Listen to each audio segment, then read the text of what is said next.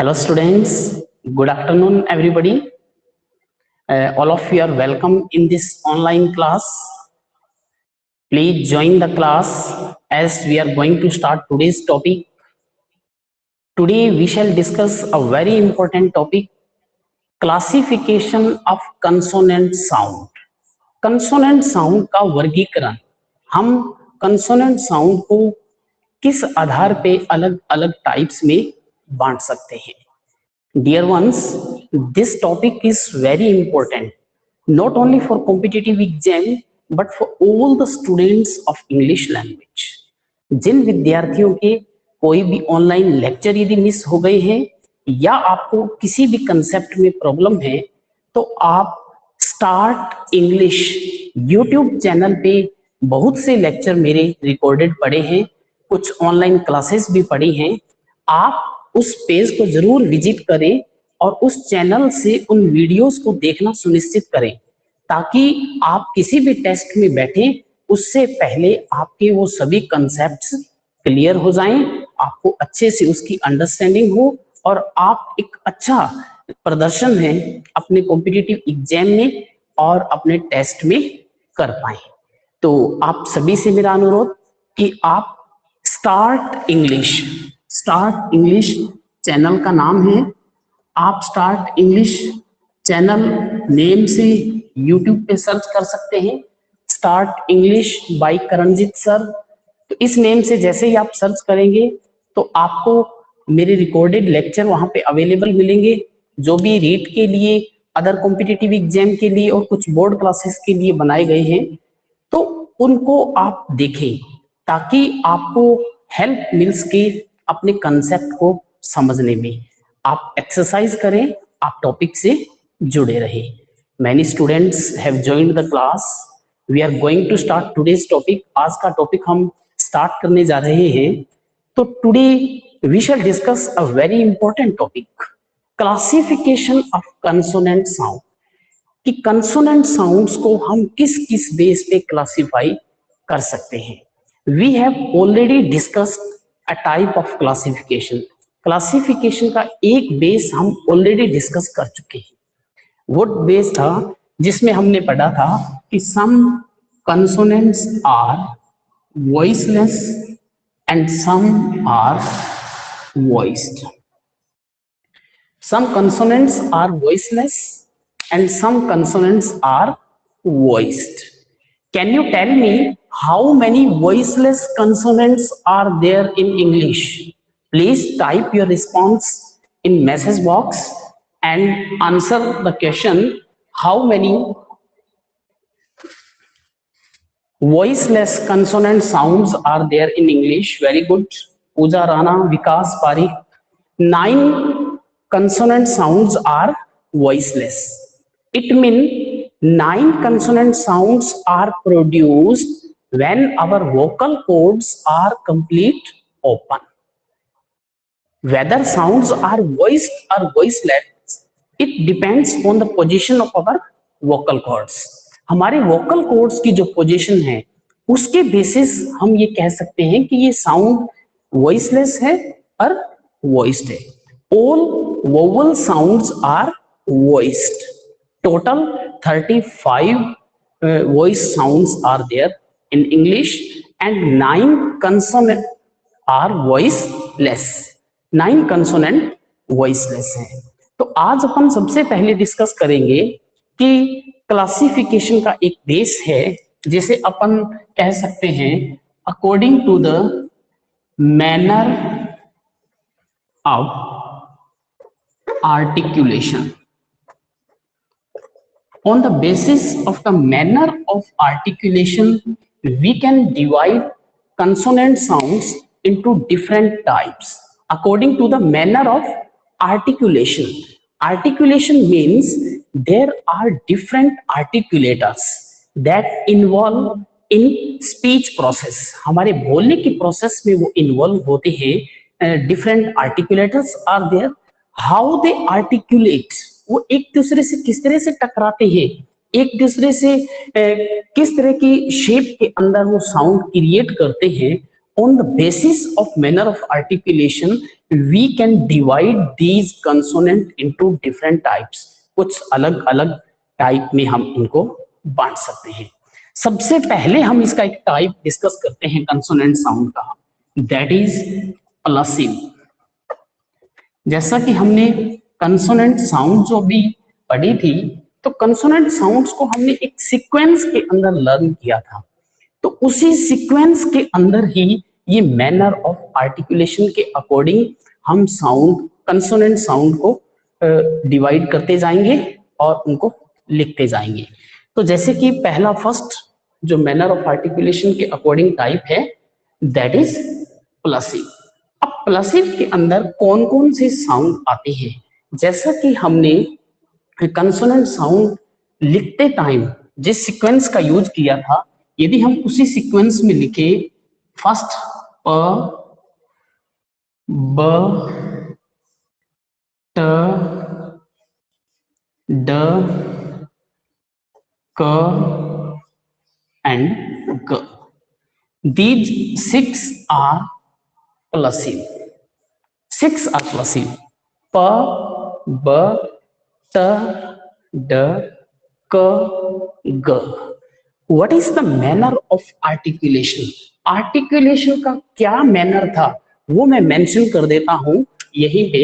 तो इसका मैनर था, जिसे अपन मैनर का नाम लिखे, तो इस मैनर में था complete, close and sudden release.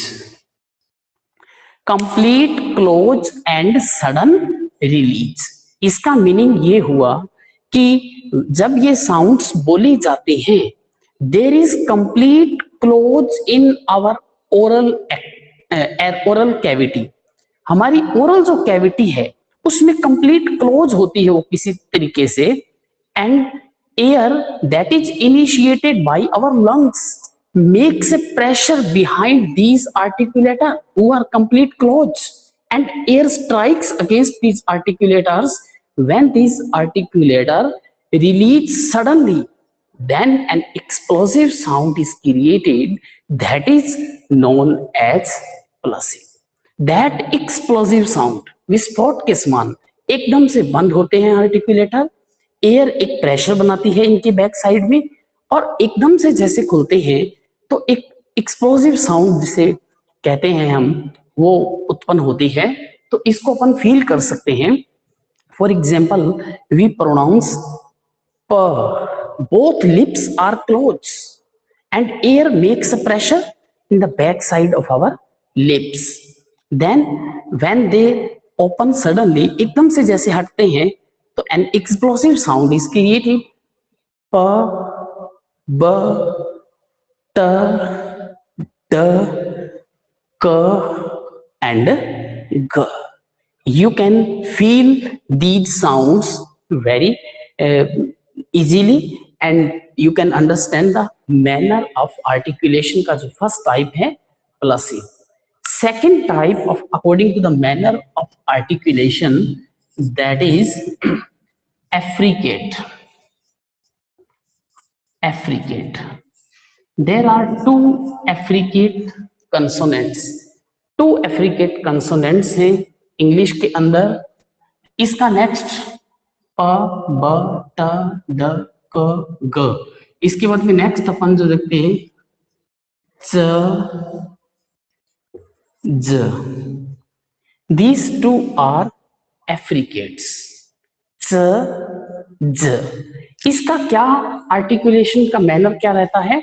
इसमें सेम रहता है कंप्लीट क्लोज. क्लोज इसमें सेम रहता है. क्लोज इसमें बिल्कुल कंप्लीट होता है दोनों आर्टिकुलेटर्स के बीच, बट स्लो रिलीज. यहां थोड़ा डिफरेंस है इसमें. Slow release. Both articulators are in firm contact with one another. एक दूसरे के बिल्कुल टच में होते हैं. एक दूसरे के बिल्कुल टच में होने के कारण हमारी oral cavity is completely close, and when air makes pressure behind these articulator, then they release slowly. धीरे धीरे एक दूसरे से पास होते हैं. अब इस साउंड में और इस साउंड में डिफरेंस आएगा। जैसे अपन कहेंगे च, तो इसमें क्या एकदम से एक्सप्लोसिव साउंड नहीं है ये, तो इसीलिए इन दो कॉन्सोनेंट्स को हम बोलते हैं एफ्रिकेट।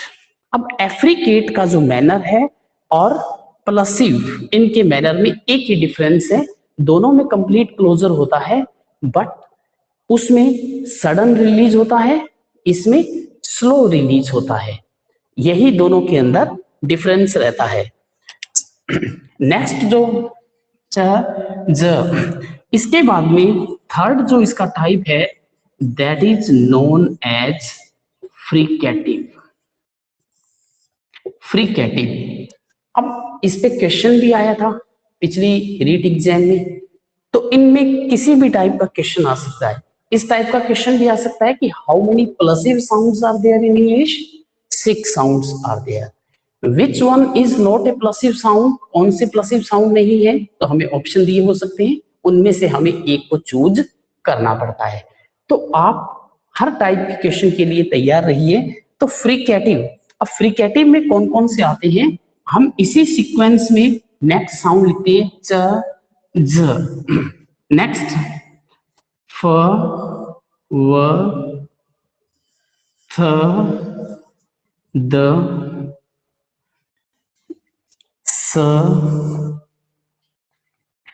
ज श श ह। These are 9 fricatives. ये 9 फ्रिकेटिव्स हैं। क्वेश्चन भी यही पूछा गया था कि how many fricatives are there in English, तो आप ध्यान रखें देयर आर 9 फ्रिकेटिव्स। अब फ्रिकेटिव्स में जो मैनर ऑफ आर्टिकुलेशन है वो कैसा होता है, इसको अपन डिस्कस कर लेते हैं। इसके अंदर रहता है जिसे अपन बोलते हैं मैनर ऑफ आर्टिकुलेशन को close approximation. Close approximation, close approximation का क्या मीनिंग हुआ, क्लोज अप्रोक्सीमेशन का मीनिंग हुआ both articulator are not in firm touch with each other, एक दूसरे के बिल्कुल टच में नहीं होते, लेकिन उसके बीच में थोड़ी सी क्या है गैप होता है। क्लोज अप्रोक्सीमेशन, वो अप्रोक्सीमेशन इतना क्लोज होता है कि जब उस छोटे गैप में से हमारी एयर पास करती है, then air strikes against these articulator, इन आर्टिकुलेटर के अगेंस्ट टकराती जाती है। तो इसलिए वो जो साउंड पैदा होती है that is known as fricative, उस साउंड को हम फ्रिकेटिव साउंड कहते हैं। Both articulator are not in touch with each other, एक दूसरे के बिल्कुल टच में नहीं होते, but they are close approximant, बिल्कुल एक दूसरे के पास में होते हैं, बिल्कुल थोड़ी दूरी होती है। तो इसलिए जो साउंड है that is known as fricative. 9 है, आप इसको इसी सीक्वेंस में लर्न किए हैं आपने कॉन्सोनेंट साउंड, तो आप उसी सीक्वेंस में जब ह तक जाएंगे तो आपको 9 फ्रिकेटिव साउंड्स इंग्लिश की मिल जाएंगी। आप उनको बोल के भी चेक कर सकते हैं। Next one nasal sound. Nasal sounds are 3 ma na ng। इसमें जो मैनर ऑफ आर्टिकुलेशन क्या होता है, वो होता है कंप्लीट ओरल क्लोजर।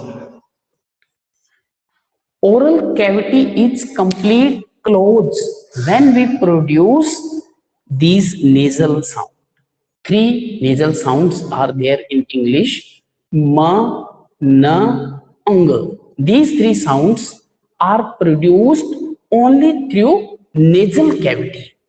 कल हमने स्पीच ऑर्गन्स ऑफ स्पीच पढ़े थे, तो उसके अंदर मैंने एक आपको बड़ा ही इंपॉर्टेंट ऑर्गन बताया था कि हमारा जो अपर लिप है, अपर टीथ है, अपर टीथ के बाद में मैंने आपको लास्ट में बताया था कि यहाँ पे हमारी टंग की पोजीशन हो गई। यहाँ पे हमने डिस्कस किया था, एक होता है यूबुला।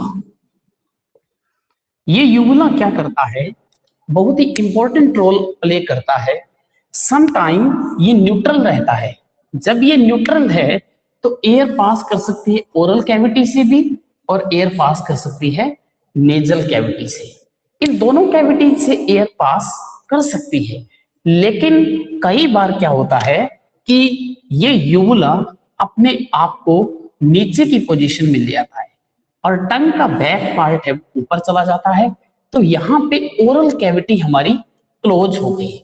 सो air can not pass through oral cavity, then it passes only through nasal cavity. When nasal sounds are produced, ma, na and ang, uvula makes firm contact, makes a closer with the help of the back side of the tongue. टंग की back side की help से यूबुला एक complete closure बनाता है, and total air that is initiated by our lungs passes through nasal cavity. When nasal cavity is open होती है, और उन साउंड्स को हम कहते हैं नेजल साउंड्स। हम पहले भी डिस्कस कर चुके हैं, there are no nasalised sound in English. English में कोई भी नेजलाइज्ड साउंड नहीं है। हिंदी में नेजलाइज्ड साउंड है। नेजलाइज्ड साउंड जब भी बोली जाती है तो हमारा यूबुला जो है वो न्यूट्रल पोजीशन में होता है, और जब ये न्यूट्रल पोजीशन में होता है तो हमारी दोनों ही कैविटीज ओपन होती हैं, और उस टाइम जो साउंड है वो बोली जाती है जब ओरल कैविटी से भी एयर पास कर रही है, नेजल कैविटी से भी, तो उसे अपन बोलते हैं नेजलाइज्ड साउंड। जैसे अपने हिंदी में मैंने आपको उस दिन भी एग्जांपल दिया था, जैसे अपन एक तो लिखते हैं चंद और एक लिखते हैं हम चांद। अब चांद लिखते हैं तो इसका मतलब ये साउंड कौन सी है, नेजलाइज्ड। हिंदी में ये नेजलाइज्ड साउंड है, इंग्लिश में नहीं है। इस साउंड का मतलब है ये हमारा माउथ, आप मान सकते हो ये हमारा नोज है, यानी ये माउथ और नोज दोनों से बोली जाती है, नेजलाइज्ड है। यहाँ पे हमारा सिर्फ क्या है, नोज है। तो जो साउंड सिर्फ नोज से बोली जाती है वो साउंड होती है नेजल साउंड्स। मुझे लगता है आप बहुत अच्छे से समझ गए होंगे। तो इसके बाद जो है नेक्स्ट जो साउंड है, दैट इज नेक्स्ट साउंड हमारी आती है ल। ल जो साउंड है that is known as lateral, single sound ल। अब इसका जो मैनर ऑफ आर्टिकुलेशन है, किस आर्टिकुलेशन मैनर से, मैनर ऑफ आर्टिकुलेशन क्या रहता है व्हेन वी प्रोड्यूस ल साउंड, तो इसमें अपन बोलते हैं पार्शियल क्लोजर। पार्शियल क्लोजर, अब पार्शियल क्लोजर का मीनिंग ये हुआ व्हेन ल साउंड इज प्रोड्यूस्ड, जब भी हम ल साउंड को प्रोड्यूस करते हैं, टिप ऑफ आवर टंग, हमारी टंग का जो बिल्कुल टिप है, बिल्कुल आगे का भाग है हमारी टंग का, that makes a contact with palate, palate के साथ इस तरह से कॉन्टेक्ट बना लेता है। टंग की जो साइड की ये जो पार्ट है, these are known as rims side. तो जब हमारी टंग इस तरह से हार्ड पैलेट को ऊपर टच कर लेती है, then it is in firm contact with palate, then air passes through rim side, side में से एयर पास करती है। एट दैट टाइम ल is produced, so it is known as lateral sound. Only single lateral sound is there. Next one is frictionless continuant. Frictionless continuant is also single sound, and that sound is r. इसमें manner of articulation क्या रहता है, इसमें जो manner of articulation है वो हमारा रहता है approximate.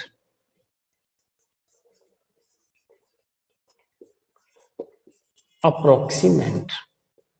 It means both articulator, active and passive, they are not in complete touch with each other. एक दूसरे से बिल्कुल टच में नहीं होते. इससे पहले हम पढ़ चुके हैं फ्रिकेटिव. फ्रिकेटिव में हमने क्या पढ़ा था? क्लोज अप्रोक्सीमेशन, यानी अप्रोक्सीमेशन बिल्कुल क्लोज, कम गैप होता है दोनों के बीच. जबकि जब हम र साउंड को क्रिएट करते हैं तब ये गैप थोड़ा उससे ज्यादा होता है, एक सिंपल अप्रोक्सीमेंट होता है, और इसमें जो फ्रिक्शन है वो कंटिन्यू रहता है. र इसमें सिंगल टाइम फ्रिक्शन नहीं, एक से ज्यादा बार फ्रिक्शन होता रहता है, इसलिए हम इसे बोलते हैं frictionless continuant. And last type according to manner of articulation is semi vowel. Semi vowels are two, y and v. These two are semi vowels in consonant. Consonant में इन दो को हम semi vowel के नाम से जानते हैं. तो इसमें हमारा मैनर ऑफ आर्टिकुलेशन क्या रहेगा? When we produce these semi vowels, इन सेमी वोवल्स को जब हम प्रोड्यूस करते हैं तो इसके अंदर भी हमारा अप्रोक्सीमेंट जो है वो बहुत ही कम रहता है.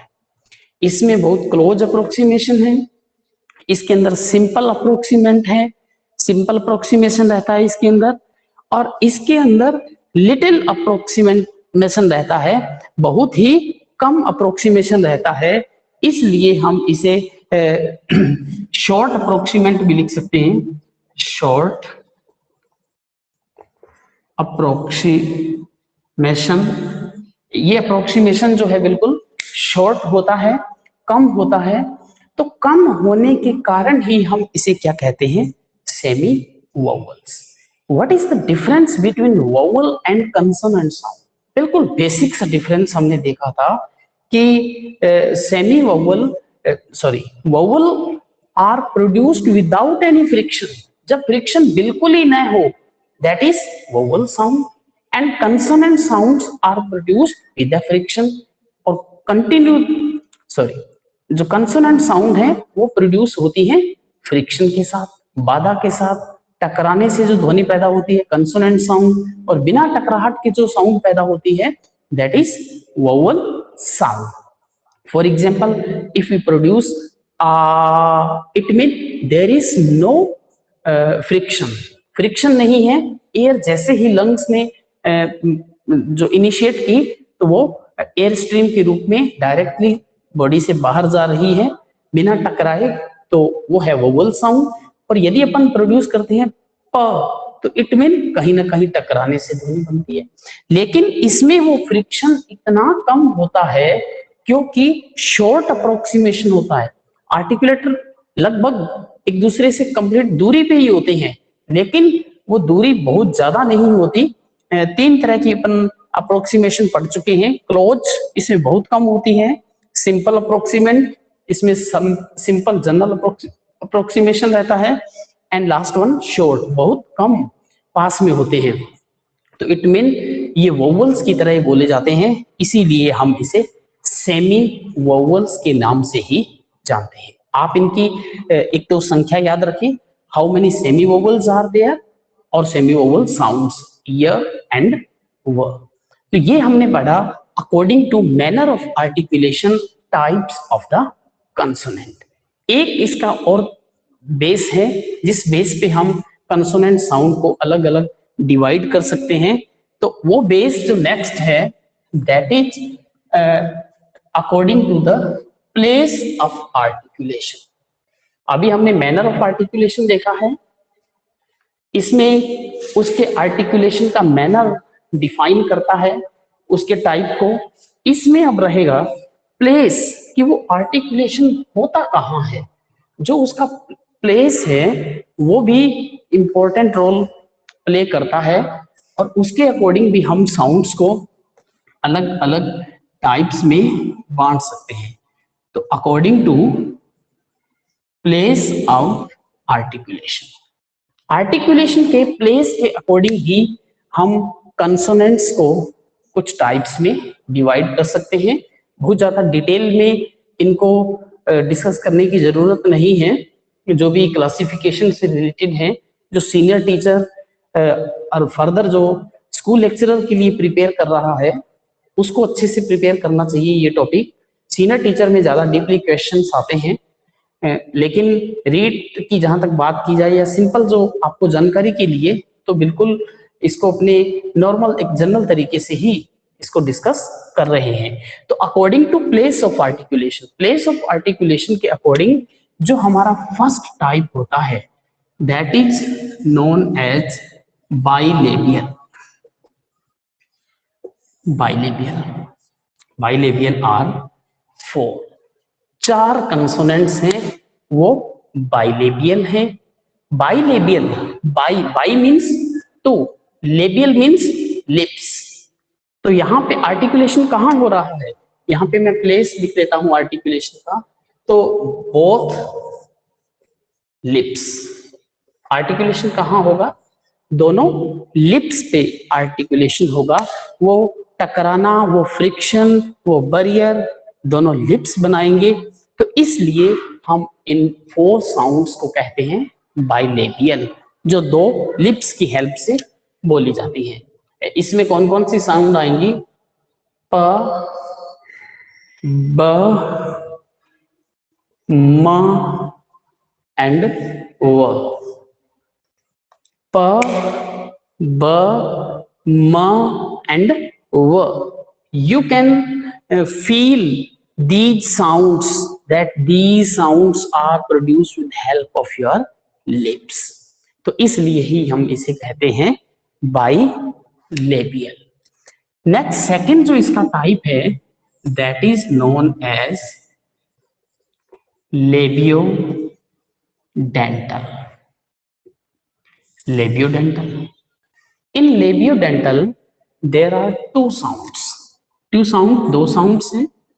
अब इसमें लेबियो लिप्स, डेंटल टीथ। तो इसमें क्या होता है, हमारा lower lip strike against back side of upper teeth, upper teeth की बैक साइड में स्ट्राइक करता है। So these sounds are produced known as labiodental. These 2 sounds are f and v. F and v. These 2 are labiodental. Next one is dental. In dental, there are 2 consonant sounds and our tongue strike against teeth. तो यहाँ पे क्या था, lower lip upper teeth से strike कर रहा था, friction था वहां पे। लेकिन डेंटल में क्या होगा, our tip of our tongue strike with teeth, strike against teeth, teeth के अगेंस्ट स्ट्राइक करेगी, that is known as dental. इसीलिए उसे हम डेंटल नेम से जानते हैं। तो इसमें 2 साउंड्स हैं। मोस्टली हम उसमें क्या करते हैं कि हम उसको बिल्कुल फॉर्म टच से बोलते हैं, लेकिन ये साउंड फॉर्म टच से नहीं बोली जाती। जैसे कि इसमें 2 साउंड्स हैं, थ एंड द। हम ऑलरेडी पढ़ चुके हैं थ एंड द, इन दोनों साउंड्स को हमने पढ़ा था फ्रिकेटिव्स में। तो वहां पे क्या है, क्लोज अप्रोक्सीमेशन में बोली जाती है। लेकिन हम इसको फिर भी जब इसका मेन प्लेस ऑफ आर्टिकुलेशन बताएंगे, तो उसमें अपन बताएंगे हमारी टंग की टिप पार्ट जो है वो स्ट्राइक करेगा किसके अगेंस्ट, टीथ के against. So these are known as dental sound, इन्हें हम डेंटल साउंड के नाम से जानते हैं। नेक्स्ट वन जो इसका है, 4th टाइप जो है एल्वेलर। एल्वेलर साउंड, एल्वेलर जो वर्ड है एल्वेलर वर्ड का मीनिंग होता है teeth ridge, alveolar. And how many alveolar sounds are there in English? 6 are alveolar consonants. तो इसमें कौन कौन से आएंगे? ट, ड, न, ल, स एंड ज। These 6 are alveolar। एल्वेलर का मीनिंग ही टीथ रिज से होता है, तो इसलिए इसमें हमारी टिप ऑफ द टंग है वो किसके अगेंस्ट, इसका यदि प्लेस ऑफ आर्टिकुलेशन देखें, हमारी टंग का जो टिप पार्ट है वो किसके अगेंस्ट स्ट्राइक करेगा? Teeth ridge. What do you mean by teeth ridge? Teeth ridge क्या होता है? Joint of the teeth with muscles. जहां पे हमारे टीथ मसल से मिले होते हैं तो उस जॉइंट को हम कहते हैं टीथ रिज। तो इसमें एल्वेलर में, एल्वेलर का मतलब ही टीथ रिज होता है, तो इसमें हमारी टंग का टिप जो पार्ट है वो किससे स्ट्राइक करेगा? टीथ रिज से। 6 आर देयर, ट, द, न, ल, स, ज। यू कैन फील, आप इनका जो साउंड है, साउंड बेस, आप इनको फील भी कर सकते हैं। तो नेक्स्ट इसके बाद जो आता है उसमें हम कहते हैं पोस्ट एल्वेलर। अब पोस्ट एल्वेलर मीनिंग से ही क्लियर हो जाता है ये वर्ड जो है पोस्ट एल्वेलर। पोस्ट एल्वेलर, कितने साउंड्स पोस्ट एल्वेलर है इंग्लिश के अंदर? इंग्लिश में पोस्ट एल्वेलर सिंगल साउंड है। कौन सी है? र। पोस्ट एल्वेलर र साउंड है। पोस्ट का मतलब बैक साइड से है, एल्वेलर तो यहां पे हमारी जो टंग है वो कहां पे स्ट्राइक करेगी? Back side of teeth ridge. Teeth ridge की बैक साइड में हमारी tongue back side of the teeth ridge strike करेगी, तो उसके स्थान रहेगा, उस प्लेस की बेसिस हम ये जो ये आर्टिकुलेशन कर रहे हैं उसके अकॉर्डिंग ये टाइप कर रहे हैं। तो post alveolar back side of the teeth ridge.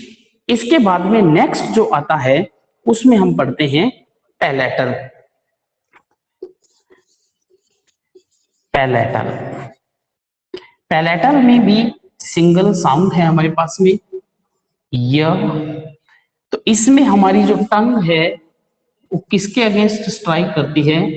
Palette, hard palate के अगेंस्ट। Hard palate. पैलेट के भी अपने 2 टाइप डिस्कस किए थे नेक्स्ट लास्ट लेक्चर में। जो इसका स्टार्टिंग का पार्ट होता है ये थोड़ा बूनी स्ट्रक्चर होता है, हार्ड पैलेट। और हार्ड पैलेट के अगेंस्ट हमारी टंग टोटल जब स्ट्राइक करती है तो हम बोले जाते हैं पैलेटल। अब पैलेटल के बाद हम जब पढ़ते हैं पैलेटो एल्वेलर, तो यहां पे जो है पैलेटो एल्वेलर में हम इससे भी बैक साइड में आ जाएंगे और 4 साउंड्स आर प्रोड्यूस्ड। तो इसका अपन लिखते हैं palato alveolar. Palato alveolar are 4 in English. English में ये 4 हैं। तो इसका जैसे च, ज, श एंड श। These 4 are palato alveolar। It mean यहां पे हमारी जो टंग है वो स्ट्राइक करेगी किसके अगेंस्ट? Complete palette. हम लिखते हैं यहां पे simple hard palate, hard palate के बाद में हमने कंप्लीट पैलेट की बात की है। तो यहां पे देखिए स्टार्टिंग से हमने लिया है लिप्स, लिप्स के बाद में लोअर लिप, अपर टीथ, फिर टीथ, टीथ के बाद में टीथ रिज की बैक साइड, उसके बाद में हम ले रहे हैं हार्ड पैलेट, और हार्ड पैलेट के बाद में हम ले रहे हैं कंप्लीट पैलेट। इट मीन हमारे जो आर्टिकुलेटर्स हैं वो फ्रंट से लेके बैक साइड तक हम डिस्कस कर रहे हैं। तो पैलेटो एल्वेलर में जो हमारा प्लेस ऑफ आर्टिकुलेशन रहता है वो कंप्लीट पैलेट पे, कंप्लीट हमारे तलुए पे, पूरी टंग जो है वो एक आर्टिकुलेशन की शेप के अंदर आती है। इसके बाद में नेक्स्ट जो है that is velar, 3R velar, क ग अंग। वेलर, वेलर जो है उसका जो प्लेस ऑफ आर्टिकुलेशन है वो रहता है हमारा जो back side of the tongue. यहां पे अब तक टंग की मोस्टली टिप या फ्रंट साइड चल रही थी, अब यहां पे आती है हमारी बैक साइड ऑफ टंग। टंग की बैक साइड स्ट्राइक कहां करेगी? टोटल पैलेट के अगेंस्ट। इसमें ज्यादातर जिसे अपन बोलते हैं वेलम या सॉफ्ट पैलेट, पीछे का भाग जो है तीनों में लगभग गले के जस्ट ऊपर से ये साउंड बोली जाती है, क ग अंग। तो back side of the tongue जो हमारा प्लेस ऑफ आर्टिकुलेशन रहता है, बैक साइड जो हमारे टंग की है वो यहां से उठ के यहां पे चली जाती है आर्टिकुलेशन में। तो इस सॉफ्ट पैलेट, ये हार्ड पैलेट हुआ फ्रंट पार्ट, पीछे का पार्ट हुआ हमारा सॉफ्ट पैलेट। तो इस सॉफ्ट पैलेट के अगेंस्ट वो स्ट्राइक करती है, तो इसलिए उन्हें हम कहते हैं velar sound. And there are 3 velar sound in English, क ग अंग। अब हमारे पास एक ही साउंड बचती है क्लासिफिकेशन के अंदर जो लिखने वाली है वेलर के अंदर, जिसका जो प्लेस ऑफ आर्टिकुलेशन है वो रहता है हमारा ग्लोटिस। तो ग्लोटिस रहता है, इसलिए हम उस साउंड को कहते हैं glottal, GLOTTAL। Only single sound is there, वो साउंड है हमारे पास में ह।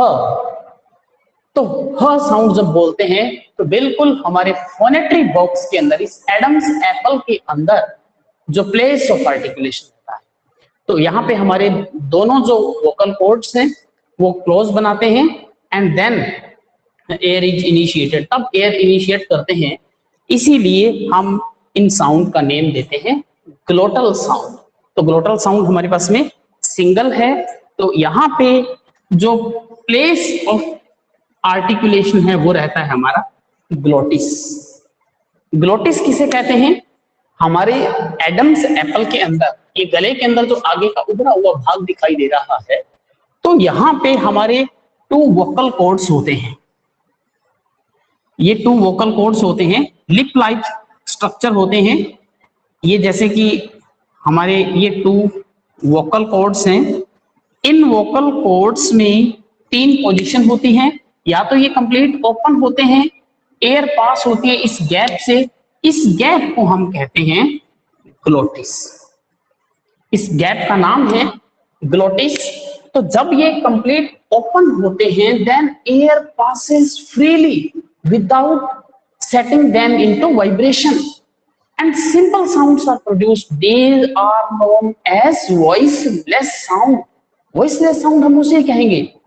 और जब ये दोनों वोकल कॉर्ड सेकंड पोजीशन के अंदर आते हैं, जिसे अपन कहते हैं लूजली टाइट, लूजली टाइट यानी ये गैप कम हो जाता है, तब एयर पास करती है इस ग्लोटिस में से, ग्लोटिस का जो है गैप बिल्कुल कम रह जाता है, तो उस टाइम जो साउंड प्रोड्यूस होती है दे आर वॉइस्ड साउंड, उसे हम वॉइस्ड साउंड कहते हैं। और जो तीसरी इसकी पोजीशन होती है उसमें ये कंप्लीट क्लोज हो जाते हैं, then no sound is produced. We can eat और ड्रिंक इन दिस पोजीशन। इस पोजीशन में हम ईट कर सकते हैं और ड्रिंक कर सकते हैं, but we can not create any sound. तो today we have discussed classification of consonant sounds on two bases, on the basis of the manner of articulation, articulation के manner के base, and on the basis of the place of articulation कि वो articulation कहाँ हुआ। तो आपने अच्छे से समझ लिया होगा। फिर भी यदि किसी स्टूडेंट्स की कोई क्वेरी है, you can type your message and send me. Vikas का जो आंसर आया है, अप्रोक्सीमेशन मीन्स, अप्रोक्सीमेशन का मीन होता है both articulators are quite close to each other, बिल्कुल पास पास होना किसी चीज को, उसे अपन बोलते हैं अप्रोक्सीमेट। तो वो अप्रोक्सीमेशन की कंडीशन होती है, एक मैनर है आर्टिकुलेशन का ये। तो इसलिए आप इसको इस मीनिंग के द्वारा इस जो क्लासिफिकेशन को समझ सकते हैं और इस टर्म को समझ सकते हैं, इन साउंड्स को आप फील भी कर सकते हैं। अप्रोक्सीमेंट का मीन है when these articulator are quite close, एक दूसरे के बिल्कुल पास में, अप्रोक्सीमेंट है, पास में है, यही इसका मीनिंग रहता है फोनेटिक्स के अंदर। तो आप अपने ऑनलाइन लेक्चर्स हैं उन्हें अटेंड करते रहें। इसके बाद मैं आपसे जस्ट एक छोटी सी एक्सरसाइज आपसे करवाता हूं, वो एक्सरसाइज बेस्ड रहेगी जो मैंने कल आपको टेस्ट दिया था। तो उस टेस्ट में बहुत अच्छा किया है, कुछ स्टूडेंट्स ने बहुत अच्छे रिस्पॉन्सेस आए हैं और मैं उनको स्पेशली वेल डन कहूंगा कि जिन्होंने कम से कम अपना टेस्ट सबमिट तो किया। बहुत से स्टूडेंट्स हैं, अभी भी हैं, कि पता नहीं किस चीज से घबराते रहते हैं कि टेस्ट अपना सबमिट नहीं करते। तो dear one, total life is a test, पूरी जिंदगी ही हमें टेस्ट देना है, न जाने किन किन परिस्थितियों में कहां कहां हमें सबमिट करना पड़ता है टेस्ट। सो इसलिए ना डरें कि कितना स्कोर रहेगा, नहीं आता तभी हम लोग सीख रहे हैं, मैं भी पूरा नहीं जानता। तो इट मीन हम सभी लर्निंग प्रोसेस में हैं, कोई थोड़ा आगे है, अपने एक्सपीरियंस शेयर कर रहा है, कुछ नहीं है, बस इतनी से फर्क रहता है। आप पहला काम है कि आप कम से कम टेस्ट को सबमिट जरूर करें और इससे आपका सेल्फ इवेल्युएशन हो रहा है, आपको पता चल रहा है कि कहाँ पे मुझे समझ में आ रहा है, नहीं आ रहा है। जो आपके आंसर है वो मेरे तक आते हैं तो मुझे भी एक फीडबैक मिलता है कि कितने परसेंट जो स्टूडेंट्स हैं वो कितना सीख रहे हैं। तो कल कुछ स्टूडेंट्स के बहुत अच्छे स्कोर भी थे, तो इस चीज को आप थोड़ा सा ध्यान रखें कि अटेम्प्ट जरूर करें। और एक मैंने आपको जो स्टार्टिंग में बोला था उस चीज का भी आप ध्यान रखें कि जिनके भी लेक्चर कुछ मिस हुए हैं या आप कोई कंसेप्ट में क्लियर नहीं है, आपको थोड़ी अंडरस्टैंडिंग में प्रॉब्लम है, तो आप YouTube के जितने भी वीडियोस हैं, क्योंकि अभी ऑफलाइन क्लासेस पॉसिबल नहीं है, तो आप उन YouTube के वीडियोस को जरूर देखें, उनको इग्नोर नहीं करें। जब भी आप वीडियो देखें तो मिनिमम आपके पास में फ्री टाइम होना चाहिए। ये नहीं है कि उधर से वीडियो चल रहा है, उधर से हम कुछ और एक्टिविटी भी साथ में कर रहे हैं। तो be regular, be serious, class की तरह ही आप इन वीडियोस को ऑन करें, एक नोटबुक लें, पेन लेके कंप्लीट वीडियो देखें। फिर आपको कोई प्रॉब्लम आती है, यू कैन मैसेज में, आप मेरे को मैसेज लिख सकते हैं, मैं आपको जरूर रिप्लाई देने की कोशिश करूंगा, आपकी प्रॉब्लम जरूर सॉल्व करेंगे। तो लेकिन आप भी रेगुलर रहिए। यदि आप रेगुलर रहते हैं, आप कंटिन्यू वर्क करते हैं, डेली का एक प्लान बनाइए कि डेली मुझे इस टॉपिक को कंप्लीट करना है, ये वीडियोस मुझे देखने हैं। जब भी आप पढ़ने से बोर हो जाते हैं उस टाइम आप उन वीडियोस को जरूर देखें, क्योंकि बार बार किसी चीज को देखने से, सुनने से हमारा कंसेप्ट है वो और अच्छा सॉलिड हो जाता है। तो इसलिए आप उन वीडियोस की जरूर हेल्प लें। उसके बाद में ही जिस भी आप टेस्ट में बैठते हैं, उस टेस्ट से पहले जो भी वीडियोस अवेलेबल हैं उनको जरूर देखें, क्योंकि क्या होता है कि एक सीक्वेंस रहता है किसी भी सब्जेक्ट के अंदर। जब हम पीछे का नहीं देखेंगे तो हम आगे के टॉपिक्स को नहीं समझ पाएंगे, आगे के लेक्चर्स को नहीं समझ पाएंगे।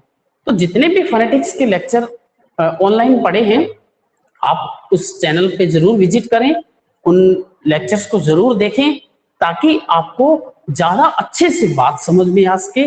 ऑनलाइन क्लास की एक बाउंडेशन रहती है कि इसमें इंटरेक्शन थोड़ा कम रहता है, इसलिए मैं आपसे ये बार बार रिक्वेस्ट कर रहा हूं। तो नेक्स्ट अपन डिस्कस करता हूं मैं आपसे कुछ जो क्वेश्चन मैंने अलग से पुट किए थे टेस्ट के अंदर, तो उसके क्या रिस्पॉन्सेज आपके रहे। तो उसमें देखिए एक क्वेश्चन मैंने बहुत अच्छा डाला था जिसमें 2 वर्ड मैंने दिए थे, LOAD और LOUD। इनका फोनेटिक ट्रांसक्रिप्शन था। ध्यान रखें जिसका भी सही है या रॉन्ग हुआ है अपने आंसर चेक कर लिया करें, उस टेस्ट से हो जाते हैं। तो लोड मैंने आपको हिंदी में भी बताया था कि जिस वर्ड में हम ओ साउंड देते हैं वहां पे हम फोनेटिक ट्रांसक्रिप्शन में औ साउंड देनी है, जैसे कि ल, औ, लाउड।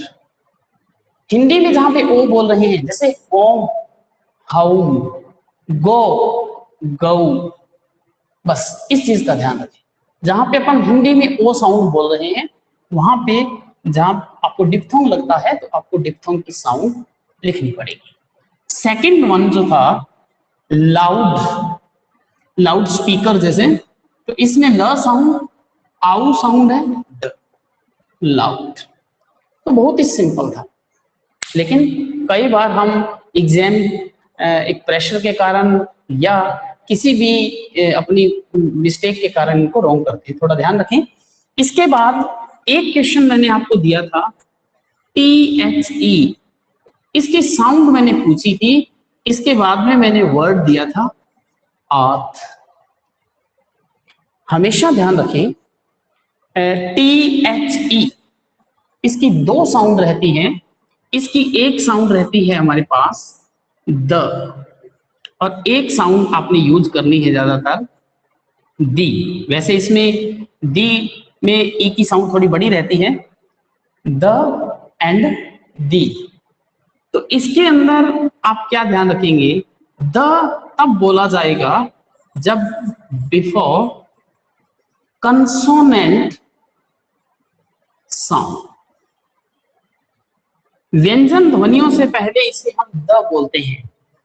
एंड वोवल साउंड जो भी हैं उनसे पहले हम इसे बोलते हैं दी। ध्यान रहे कंसोनेंट साउंड से पहले हम इसे द बोलते हैं, वोवल साउंड से पहले हम इसे दी बोलते हैं। तो इसमें बाद में कौन सी साउंड आ रही थी, अर्थ, वोवल साउंड थे, दी अर्थ, द सन। जैसे इसी को यदि अपन इस तरह से लिखते तो यहां पे पहला कंसोनेंट आ रहा था तो ये बन जाता द सन, दी अर्थ। तो आपको मीनिंग क्लियर हो गया होगा, इस बात का आप ध्यान रखें। नेक्स्ट इसमें जो कुछ वर्ड्स थे उन वर्ड्स को मैं आपके सामने रखता हूं। एक मैंने क्वेश्चन डाला था इसके अंदर जिसमें डिफरेंस था फूल, बुक, और एक इसमें वर्ड दिया हुआ था आपको लुक। इसमें डिफरेंट साउंड वाला वर्ड आपने आइडेंटिफाई करना है। देखिए इसको जब भी प्रोनाउंस करोगे, फूल, बुक, सुट, लुक, सभी में शॉर्ट ऊ साउंड है, लेकिन फूल के अंदर लॉन्ग ऊ साउंड है, फूल। तो इस चीज का आप ध्यान रखें, जब भी ऐसे वर्ड्स पूछे जाते हैं तो उनकी प्रोनाउंसिएशन की एक्सरसाइज आप करते रहें। इसके बाद जो मैंने क्वेश्चन डाला था, फोनेटिक ट्रांसक्रिप्शन के ज्यादा क्वेश्चन थे, तो चीफ, चीफ वर्ड का फोनेटिक ट्रांसक्रिप्शन था सिंपल च, बड़ी ई की साउंड, चीफ, चीफ डाला था। इसके बाद में FAIR, इसकी साउंड भी डाली हुई थी, फ, फेयर, फेयर, ए इसमें डिप्थोंग यूज हुआ है। इसके बाद में वर्ड था आपके पास में ओल्ड, तो इसमें भी वही बात, जब इसको अपन ओल्ड बोलते हैं, ओ की साउंड है, तो आप इसमें औ यूज करेंगे, ओल्ड। ओल्ड के बाद आपके पास में वर्ड था डेट, डेट में हम यूज करते हैं ए, डेट। आपके पास वर्ड था फॉल, फ की साउंड, ओ की साउंड एंड ल, फॉल। तो काफी बच्चों के सही भी थे ये आंसर जो हैं। बीड की साउंड पूछी थी, बीड, ब की sound, long E D, Beed. और यदि हम इसमें लिखते हैं बेड, इसमें ब अ बेड। और यदि अपन लिखते हैं बी आई डी, बिड की साउंड लिखे तो ब साउंड, शॉर्ट ई एंड ड, बिड। तो इन वर्ड्स का आप थोड़ा ध्यान रखें, जो भी आपको बार बार इसमें परेशान करते हैं। एक आपको साउंड दी थी मैंने, जाम। तो जाम की जब भी साउंड लिखते हैं तो सिंपल ज आ जाम, और आ रहा था बीच में जाम। इसके बाद आपको एक साउंड दी हुई थी ओट की, ओट की साउंड मैंने इससे सिमिलर एग्जांपल करवाया भी था क्लास में, ओट। ओट के बाद में आपको जो साउंड थी, एक डिफरेंस था सच एंड सर्च में। सच में हम साउंड लिखेंगे तो सच, और सर्च में लिखेंगे तो सर्च। और साउंड आएगी इसमें, उसमें उल्टे वी वाला सिंबल आएगा सच के अंदर। तो इन लेटर्स का आप ध्यान रखें। इसके बाद में एक वर्ड था वंडर। देखो जो W से V साउंड बननी है तो उसके लिए हम W वाला सिंबल ही लगाएंगे, वंडर।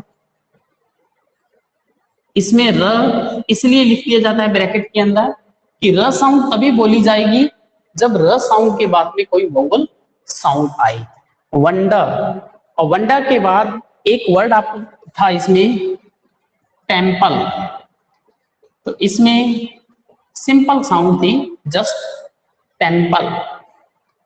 तो इसके बाद लास्ट एक वर्ड था स्पार्क, SPARK। तो इसमें स की साउंड, प की साउंड, आ की साउंड एंड क, स्पार्क। र इज साइलेंट हियर, र इसके अंदर भी साइलेंट है, इसमें भी नहीं बोला जाएगा। एक साउंड मैंने आपको दी थी TOY, टॉय। अब टॉय के अंदर जब भी आपको ऑप्शन दिया था, कुछ विद्यार्थियों का ऑप्शन ये रॉन्ग हुआ, मैंने उसमें एक ऑप्शन ये डाला हुआ था TOE। तो हम जिसे चाहें उस वोवल साउंड से डिप्थोंग नहीं बना सकते। डिप्थोंग में ओई साउंड का सिंबल फिक्स है, ओई में हम उल्टे सी का यूज करते हैं और ई का यूज करते हैं, ओई। तो उसी सिंबल को आपने चूज करना है। मैंने कुछ कंफ्यूज किए थे सिंबल्स में आपको, डोंट वरी, ये हमारा टेस्ट है, लोकल लेवल पे है, आपने किया बहुत अच्छा प्रयास है, लेकिन फाइनल एग्जाम में आपसे मिस्टेक न हो, तो इस चीज के लिए आपको तैयार करने के लिए ही टेस्ट में थोड़ी इस तरह की कंफ्यूजन्स डाली जाती हैं ताकि आपका फाइनल स्कोर बहुत अच्छा रहे। तो इसी तरह से आप एक्सरसाइज करते रहिए। आपको जो भी टीचमेंट ऐप के ऊपर स्टडी मटेरियल में इसके नोट्स भी मैंने डाले हुए हैं फोनेटिक्स के, वहां से आप उन नोट्स को अपनी बुक में नोट कर सकते हैं, क्योंकि नोट करने से आप थोड़ा लर्न भी करेंगे उसे। तो नोट करें, नोट करने के साथ साथ उनको लर्न करें ताकि आप एक्सरसाइज भी करें। लास्ट में जितने भी पेजेस एक्सरसाइज के दिए हुए हैं, तो इस कारण आप इन क्लासेस से जुड़े रहेंगे। तो मिलते हैं नेक्स्ट कल के लेक्चर के अंदर, जिसमें हम इस टॉपिक का बचा हुआ जो भी पार्ट है उसको कंप्लीट करने की ट्राई करेंगे कि कल कंप्लीट करके थोड़ी एक्सरसाइज के बाद नेक्स्ट अपन आपकी जो भी डिमांड रहेगी आप मुझे मैसेज करें, कौन सा टॉपिक आप नेक्स्ट करना चाहते हैं, उसके अकॉर्डिंग जो भी मेजोरिटी ऑफ स्टूडेंट्स चाहेंगे उसके अकॉर्डिंग हम नेक्स्ट टॉपिक शुरुआत करेंगे। तो मिलते हैं कल के एक न्यू लेक्चर के अंदर आप सभी से। Good bye.